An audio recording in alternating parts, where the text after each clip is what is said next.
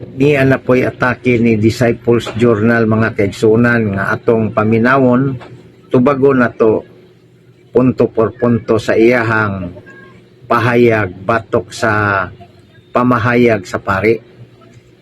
Atong paminawon siya.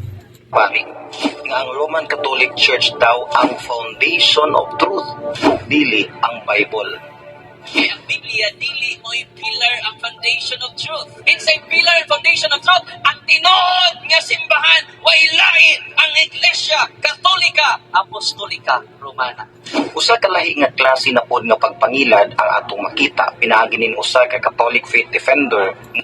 Pangilad ko no, matod pa niya ang giingon ni Father Darwin nga ang simbahan is the pillar and foundation of truth.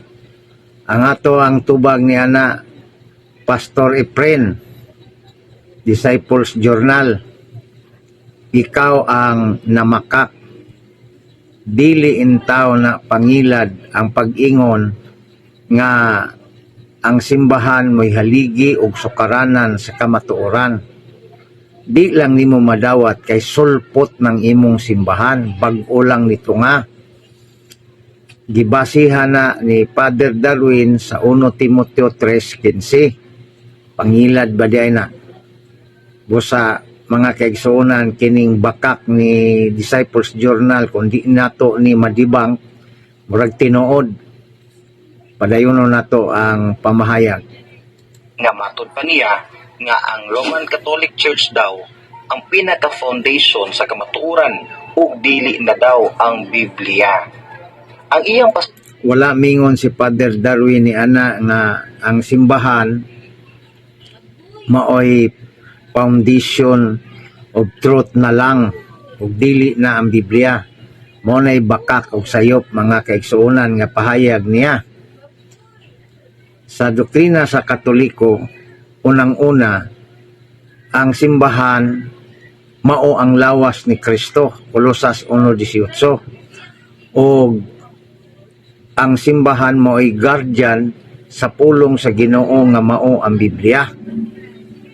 Wala mingon si Father Darwin nga ang Biblia isalikway o dili mao'y importante. Kundili ang ingon lang niya, ang simbahan mo'y haligi o sukaranan sa kamatuoran. Wala mingon siya nga ang simbahan na lang walay labot ang Biblia. Ikaw ramay nagbutang ana sa baba sa pare, sayop mana o bakak. Ato ang padayonon mga kaigsunan sa pagpaminaw. sabot nini nga ang muhimo sa final nga desisyon ug ang mas pinaka-authoritative ug labaw sa tanan mao daw ang ilang simbahan ug dili na ang pulong sa Dios nga mao ang Biblia. Bisan sa inyo ang authoritative sa inyong simbahan, kamo mang mga pastor motuo man ang membro.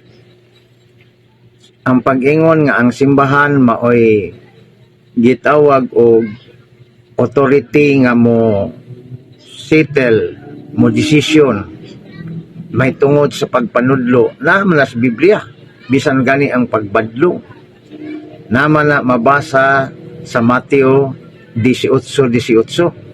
O kung dunay mga dispute, mga desisyon, isang atman sa simbahan, sa iglesia, wag yun ka magbasa na, pastor. So palayon ta mga kaigsunan. Itudlo niya kini tungod kay kabalo man sila nga daghan kay tudlo sa ilang simbahan nga wala gyud uyuni sa Biblia. Daghan ko nung tudlo ang Katoliko nga wa uyuni sa Biblia, pero wa siya mag-mention bisag usa na lang. Kay kung mag-mention siya, tubago na to nga naa sa Biblia ang mga tudlo sa Katoliko. Mo na'y bakak nimo Disciples Journal nga naman tungod kay ikaw ra may nagsulti ni ana, wa man ka pa mangutana sa Katoliko kung naa ba sa Biblia ang amohang pagpanudlo.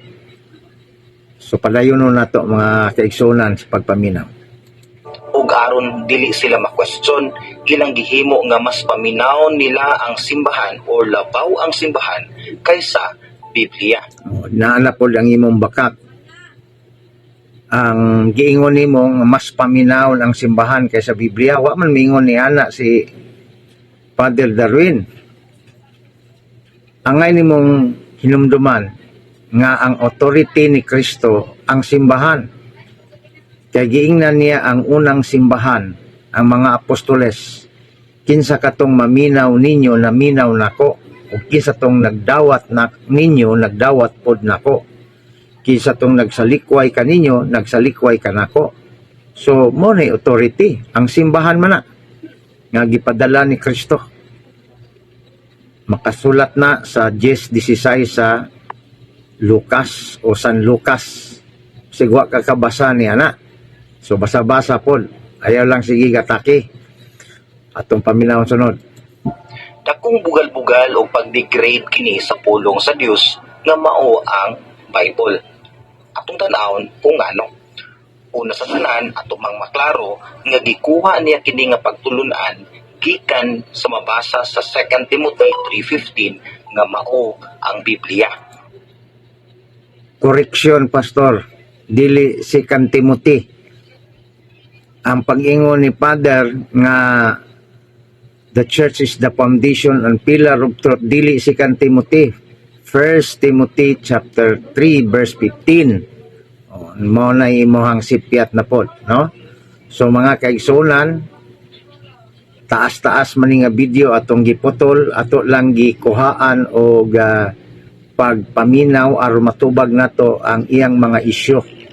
Nga kitang Katoliko, wala nato gisalikway ang Biblia. Ang Biblia is equal important sa simbahan. Apan ang simbahan na lawas ni Kristo maoy guardian sa pulong sa Dios nga mao ang Biblia. Wa lang ni makibalo sa doktrinas Katoliko kini si Disciples Journal nga si Pastor Efren. Mao na atong komentaryo. Daghang salamat. Follow and share.